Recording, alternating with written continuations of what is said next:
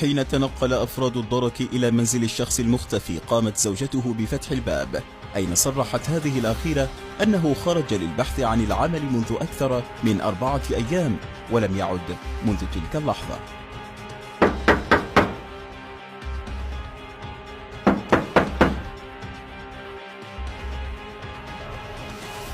منزل أزير هارون؟ لا هو وين راح في الوقت الحالي يا مدام؟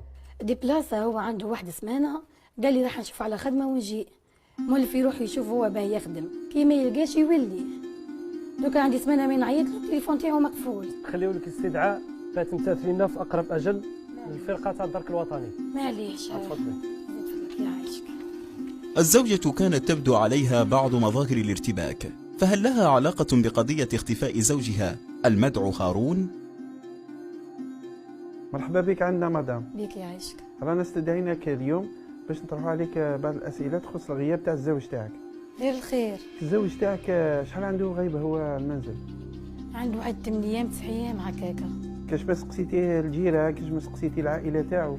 لا ما سقسيتش، ما جاتش في بالي هادي. كون ما سقسيتنيش ما نتولاش. وموالف هو يغيب هكا؟ لا جامي يعني غاب، يقعد 3 جور 4 جور ويجي يولي. كاش ما عنده مشاكل في الاونه الاخيره هذه؟ خلال محاضر سماع أقوال الزوجة صرحت هذه الأخيرة أن زوجها متعود الغياب عن المنزل. إن شاء الله يكون غير الخير. 06. وبعد نشر الأبحاث عن المعني تحصلت الفرقة الإقليمية للدرك الوطني على معلومات من زوجته تفيد عن وجود خصامات وخلافات مع أصدقائه، فتم توجيه استدعاء لكل من كريم وعادل للتحقيق معهما. رواح اسمع صعيدية. لا ديال بيسا. اسمع وصلتني كونفوكاسيون من عند البريغاد. والله ما درك كنت حنعيط لك بعد. والله كنت ما حنعيط. يظهرش هذاك راح شكا زعما. يمكن يديرها. يقدر يديرها هذاك.